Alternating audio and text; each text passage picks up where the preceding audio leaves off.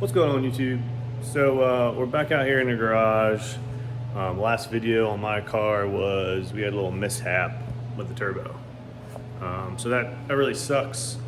Hold on a second, let me get my camera. Here we go. So we dug in a little deeper. As you see, we took it off and looking at the damage. And it's not horrible, but what's really kind of concerning me is this chunk here and that small little crack. I think we could probably file it down and get rid of that crack because it's not that big. And the rest of the blades, honestly, not that bad. Like, I would totally run it if they were all like that. It's just this one that I'm gonna have to kind of work at. So I got a buddy that actually worked on turbine blades, and he was kind of telling me what they did with turbine blades and how often turbo blades would get chewed up, and they file them down and they run great. And I've had a couple of race buddies tell me like, hey, that turbo is totally runnable and it's probably not even really affect power. So I'm on the fence with this turbo. If I want to keep it as a backup, file this down and just keep it, or if I want to try to sell it or raffle it or whatever. It's still a really good turbo. Even like the housing, you know, like, it's good. Like, there's a couple little nicks, but nothing is going to affect power or, you know, hurt anything. Of course, when I first took it off, I was really concerned about the motor and anything getting inside. So I did a bore scope. And also, guys, these are really cool little bore scope cameras you can get off of Amazon. They're Bluetooth or Wi-Fi, I believe. And there's a little camera on the end of there, and it hooks up to your phone. So your phone is the monitor. And you can go inside really tight spaces and look at stuff. And what I normally use it for is I go down to my cylinders to look at the cylinder walls and look at the piston and see how everything's living. So that's actually the first time I did it with this 2.4 after the season. And everything looks awesome. Like, I don't have really bad cylinder or skirt wear. Cylinder walls look really good. Pistons look really good. So everything's good in the motor. And the turbo didn't suck and shoot anything through my intercooler. I looked at the intercooler, the cold side or the hot side, and everything's good. So I think whatever hit it and it might have exploded and kind of flew out. It probably was a piece of salt from the road, most likely. But anyways, it is what it is, right? So I ended up getting another turbo. I'm not gonna tell you guys what it is. I'm just gonna wait till it gets here. But it's one bad unit. Well, power, baby. It's gonna be nice. So I just went ahead and bit the bullet. I had some help with it. We'll do a little sponsor video later on and get everyone's name out there that helped me with everything, with the car, the exhaust, the whole new turbo setup for 2023. But so it's gonna be one bad unit.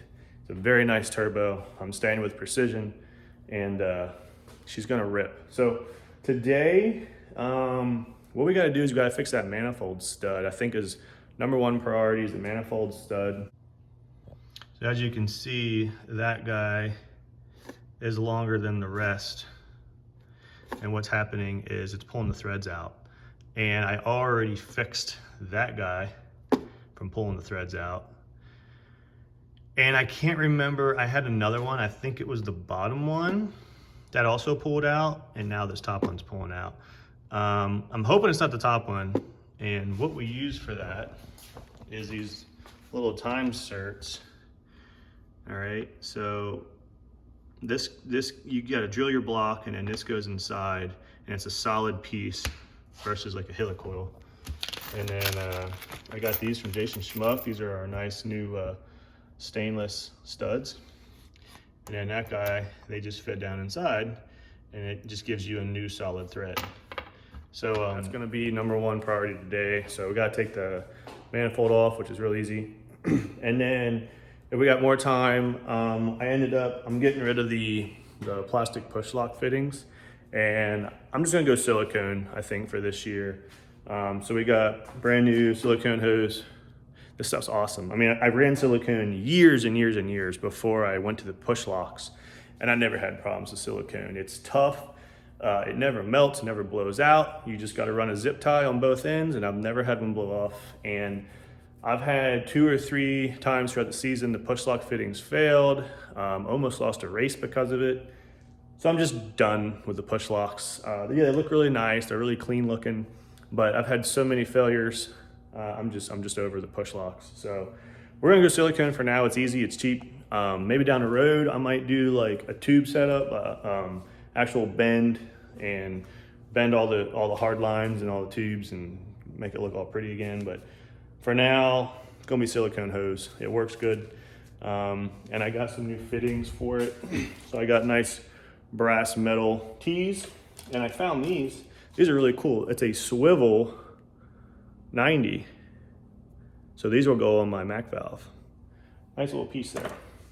All right, we'll get to it, guys. I'll put you on time lapse. I'll take this manifold off, and we'll see what kind of damage we got on the stud.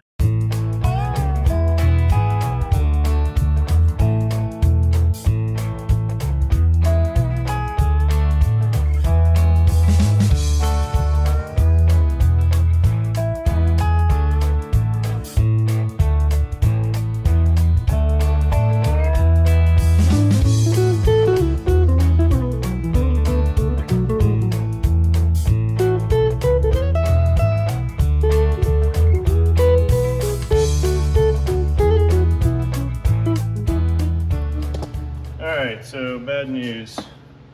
This is the one we repaired and it pulled out again. So I don't really know what we're gonna do. See if I can get the phone in there. So it's this top one here. So it's this guy here that is messed up.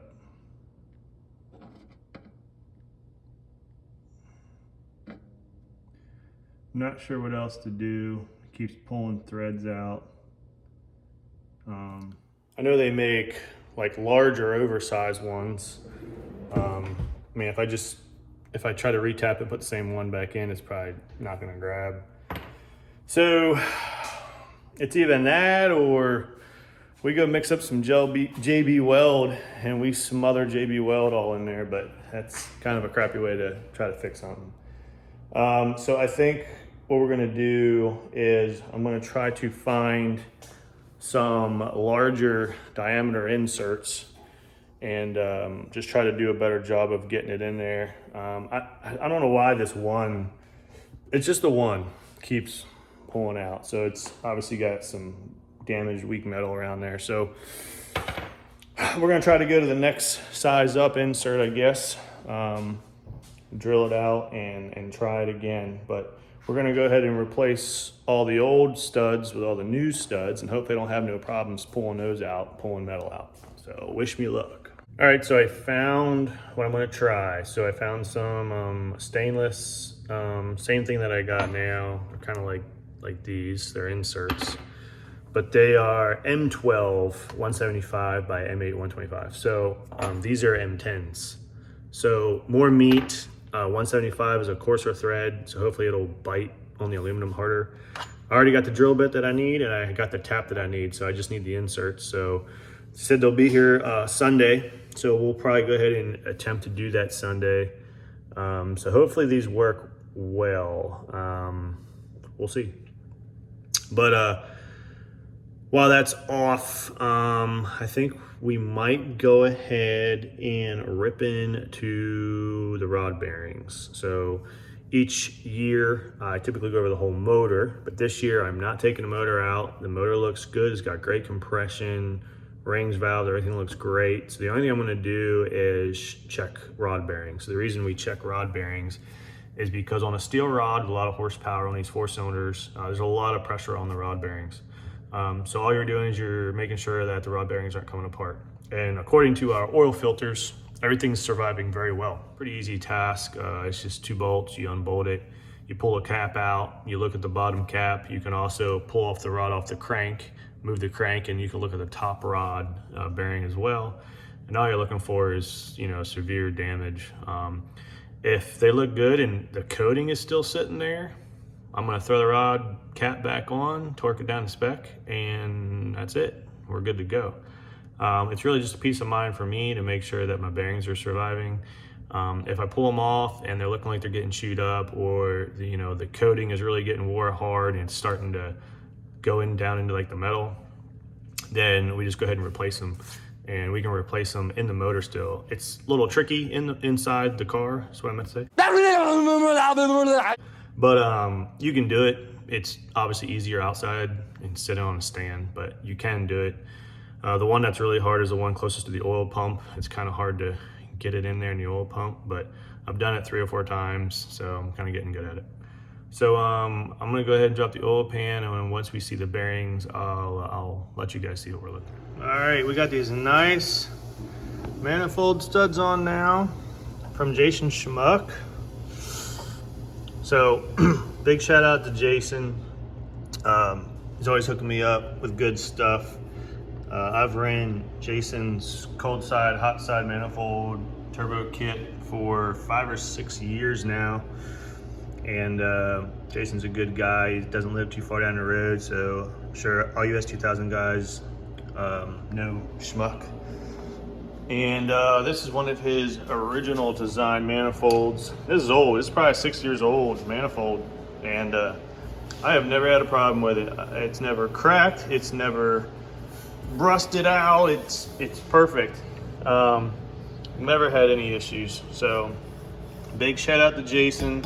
He's always supporting my car and myself, and he makes awesome stuff. So S2000 community, need a good manifold, Schmuck's the way to go. Not to mention, the kit is very easy. Everything is right here. It's very easy to get to. This cold side, very easy. It makes really nice, clears everything that you need. So really good proven turbo kit. Big shout out to Jason. Thanks, man.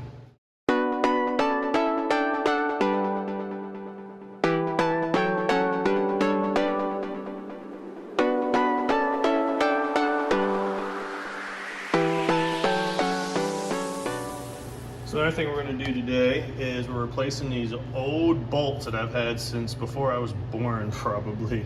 I've had these bolts holding on my turbos probably since I started and went turbo. And when I was ever picking up my stud kit, Jason said, hey man, you need to get some hardware on there.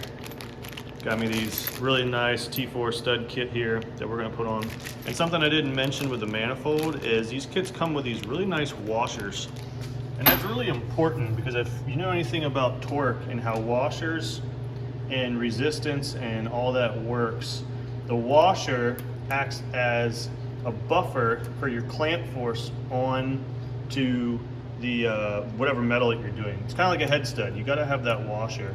So these factory guys are just a nut right onto the manifold, so the nut just rubs right up against the metal here. Well, these guys have these nice washers, which is going to give me better clamp force, and when I tighten these up, they're going to stay tight. I never had a ton of issues with the factory nuts, but this is a much better design, guys, with the washer. So pretty important, and I'm really happy that it came with the washer. So we're going to go ahead and throw this stud kit on this. We might test fit it. Jason did tell me that these are a little long, so on this manifold you can see this guy's pretty short. He gave me some advice on how to do that, but all the other ones should be all right. So we'll go ahead and slap these new studs on. We got our studs on, and some of them you got to put in backwards just because of how the turbo is. So now we're gonna have to wait till we get our new turbo. The bad thing about these really big hot sides is you don't get a lot of room for your nuts, you see. So once we get our new turbo, we're gonna have to see what kind of room we got, and hopefully we can get these on. I might have to buy a special tool. They make a 12-point, kind of looks like a dog bone, but it's got like a slot out, so you can get into tight spots like this. But I really want to use the kit. It's a really nice kit. So we'll figure it out if we have to do any trimming or cut a stud down, or even if we have to take a nut and remove this edge or something because of clearance things. We'll do what we got to do. I really don't want to go back to bolts. The bolts really suck. I mean, look at these rusty old things. So, I mean, they do work. They worked for 6 years, but the studs are going to hold better and look nicer and stay tight. So we were going to go ahead and drop the pan and everything, but I'm running low on Honda Bond. So I don't want to do it without the Honda Bond because I'd like to do it and put the old pan right back up. I don't like leaving the motor out in the elements with dust and stuff flying in the garage and a very oily bottom end. So we're gonna hold off till I get some Honda Bond on the bottom end. So probably be in the next video. So I think we're going to go ahead and start our new little addition to the car this year. Yes, that is a 4-point roll bar that we're gonna put in the car. It's long overdue. I've needed this for a while, really, and a buddy of mine got it to me. So this is a 4-point roll bar that will fit right inside the car with the interior and everything. Yes, it's not a full-blown cage or anything like that, but I've seen S2000s roll with these and they save people's lives. The S2000, they do have factory hoops in them above the driver. And of course I do run a factory hardtop, and these is all reinforced steel hoop in here as well.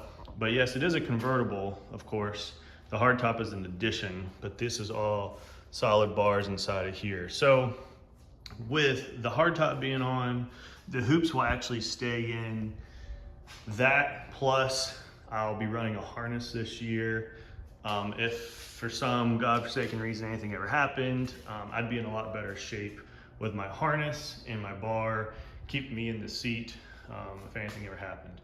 And that's another reason why I really want to do 1/8 mile stuff, because 1/8 mile is obviously a little slower. 1/4 mile, you're reaching pretty crazy speeds. So that's why I do the no prep 1/8 mile stuff. To me, it feels a little safer. Yeah, I mean, you crash at 100 mile an hour, it's still gonna be a bad crash, of course, but crashing at 100 or crashing at 180 or so on the back of a 1/4 mile, a little bit of a difference. But so we're going to get a little safer this year. I'm also probably going to plan on wearing a neck roll. I always wear a helmet, but I think I might add an addition, wear a neck roll. Basically, it's a big neck roll that goes underneath your helmet, and it keeps your head stiff and still in case of a really hard hit, so your neck's not slamming back and forth. So it just keeps everything, in line better. So we're just getting a little safer for 2023. The car's getting faster, so I should probably do something. So anyways, guys, I gotta take the hardtop off. I gotta take the seats out, which I've never done before because this car is full interior. I mean, this car's never been gutted. I've never even had the door panels off. It still has the speakers in. It's factory seats, factory center. I mean, nothing's touched. It's full interior. It's still full weight. Everything works. Lights, my radio. Everybody says, "Where's your radio at?" You non S2000 guys. It's got the radio and everything works. All my power. I even have the soft top in it still. The soft top still works. So yeah, I've never tore the interior apart. So I don't even know how the seats come out, but we're gonna figure it out. We're gonna take the seats out.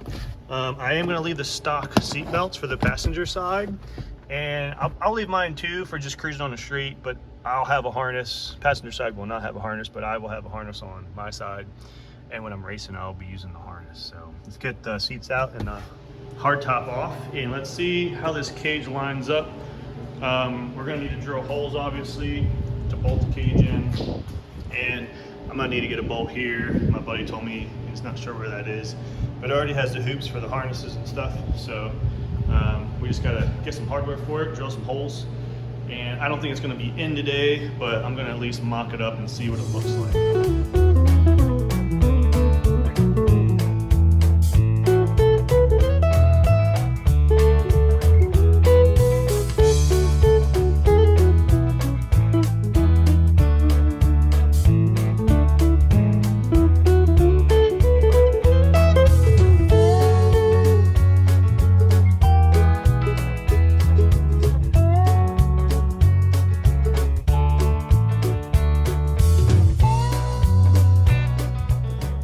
you can see where this is going to sit up on top. And it's gonna sit right in front of the other factory bars. And we'll have our cross beam with our harness. And then these guys go off of the back and go down into the back of the trunk.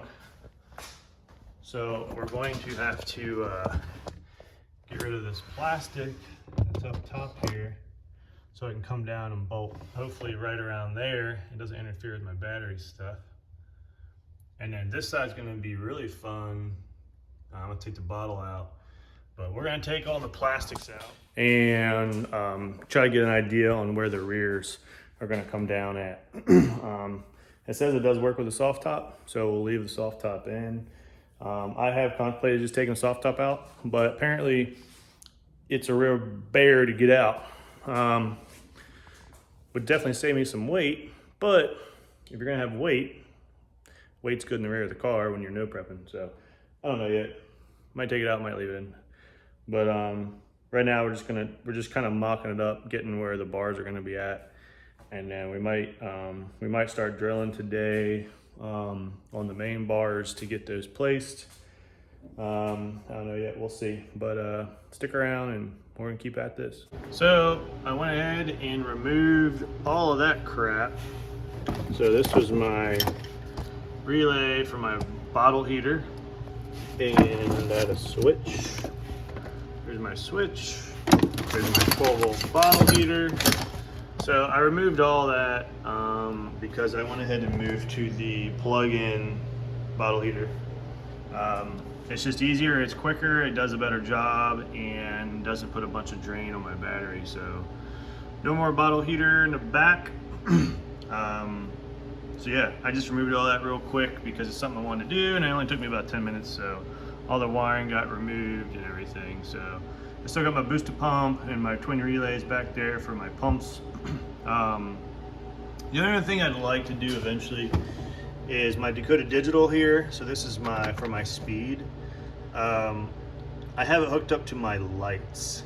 Yeah, so the 12 volt is hooked up to my lights. So when my lights are on, my Dakota Digital comes on. And that bit me one time. I was in a race and I forgot to turn my running lights on, and my Dakota Digital did not turn on. So when I let off the trans brake, my speed was going 0 miles an hour. So my car thought I was trying to reach on two-step. So once I got to like 55 or whatever my two-step was set at, it went on the two-step like 100 foot into the track. So what I ended up doing was I noticed it pretty quick and I turned my lights on and the car took back off. So it almost cost me a race. So what I should do is I should run, feed off of a 12 volt signal off of one of my pumps or something like that, because it doesn't take like any amperage at all to run it. It's just a little computer box that manipulates speed. So I should probably do that so I don't run into that problem again. I don't have to worry about turning my lights on all the time. Because my trans fan in the back is also ran signal switched off my 12 volts. So, which I do like, because that means I can turn my trans fan cooler off or on depending on, if it's cold out I don't turn it on, but I need it on for speedo. So I think I might fix that too. There's a lot of little things in the car that I wanted to fix for a while, but during the season when you're racing, you just don't have time to do these little things that you'd like to do, because you're just too busy keeping the car running good and everything. So wintertime is the time for that. So I got a little sidetracked off my 4-point. I saw this back here and I'm like, well, I'm gonna rip this outline back here. So I'm kind of sporadic like that. All right, so I guess we'll get back to ripping the plastic out the back so we can see where these bars are gonna go. By the way, best thing I ever did was get a full-size battery and throw it in the trunk. I used to run a really tiny battery up front and they sucked. I burned them up, they got hot, they didn't start worth a crap. So I now have a full-size, what is this? They call it like a 34 or 51R or something, I don't know. But anyways, it's just a regular old AutoZone die-hard platinum. And yeah, I got this really nice billet piece. I mean, it holds it in there real nice. And I run all really, I think it's 0 gauge wire. I got myself a little I can turn my power off with this switch here, so that's really nice. But yeah, so we went to the rear mount battery, and best thing I ever did. A lot more juice, keeps a good charge. The twin 525 pumps on the boost pump still draws a heck of a lot of amps. I mean, I'm seeing low 13s to even sometimes high 12s by redline because the amount of voltage draw that the pumps pull off the battery. It recovers extremely quick once the pumps are done, but it's a lot of amp draw. So I was gonna go mechanical this year on the pump, but turbo kind of set us back a bit. So I don't know if I'll go mechanical yet. I have to get out there and win some races first, get some money back. That turbo got to do some work and put some money back in our pockets, and then maybe we'll go mechanical mid-year or something. But right now, it's just not in the budget for the car, and we're gonna get this turbo. We're gonna run what we got with the electric pumps. I mean, they do really well. I haven't had any problems with them. The booster pump is kind of insurance. When I maxed out my 72, when I was trying to run a little bit more fuel pressure, I did see some fuel pressure dips, and then as soon as I put the booster pump on, it raises the pumps 12 volts. I didn't see that dip anymore, so the pumps are on the verge of, giving up. So we'll see how they do. Obviously, with a bigger turbo, I'm going to need a little bit more fuel, so we'll see how well they keep up. But ultimately, we will go mechanical, belt driven off the crank eventually. All right, so we got it kind of just sitting in the car right now, but you can see how the bars work. So the bolt down here, we'll have our crossbar, and then these do fit with a soft top still. And they go right down and bolt to the back of the car area. So it will work. It's gonna be nice to have a harness and some extra protection. So this is probably all we're gonna do today. I'm gonna need probably a little bit of help for drilling and getting the bolts through. So I'll probably get Lindsay out here to help me at some point. But it is a decent day out, and found an oil leak on Dylan's car on one of the oil relocation AN fittings. So I'm gonna get some tools, go over to the other garage, and I'm gonna go ahead and tighten those up and see if they're tightening up, or it could just be that the previous person that put the AN fittings together, the AN fitting itself is just leaking around the actual seal part. It's a very small drip, but it does drip right on the manifold and creates a little bit of smoke. So we're gonna go over and see if it just needs tightened or if it's the fitting that's dripping. And then we're gonna go ahead and start it up and take it around the block. Just kind of like drive a little bit, see if it starts to leak, and go from there. But I'm gonna go ahead and put my new GoPro, I got a new GoPro case. It's an open one, so it has holes in the mic and stuff, where my other one is like a waterproof, completely sealed case. That's why the audio was really bad on those couple of ride-alongs. So I'm gonna go ahead and try the new camera out, see how that is. Probably do a couple pulls in Dylan's car, do some logs, make sure everything's still good. And then that'll probably do it for today. So I'm gonna go eat some lunch, and then we'll go back out and get Dylan's car.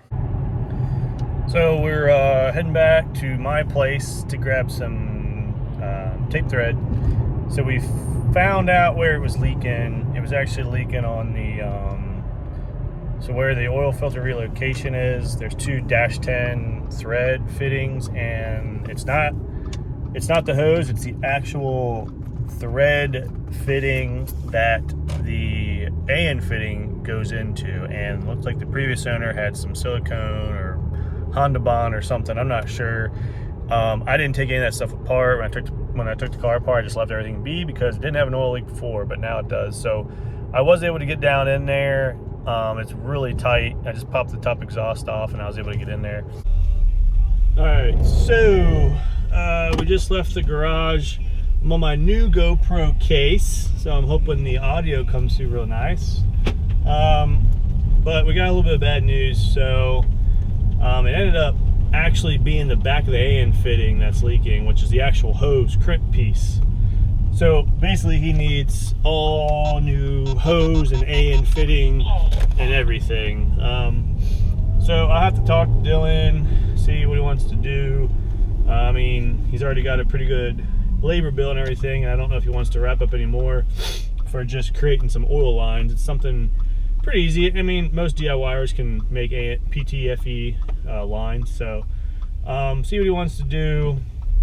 I'm not gonna have my garage back until my car's done, which will put us back a little bit if he wants me to do the lines, but I'll chat with him and see what he wants to do.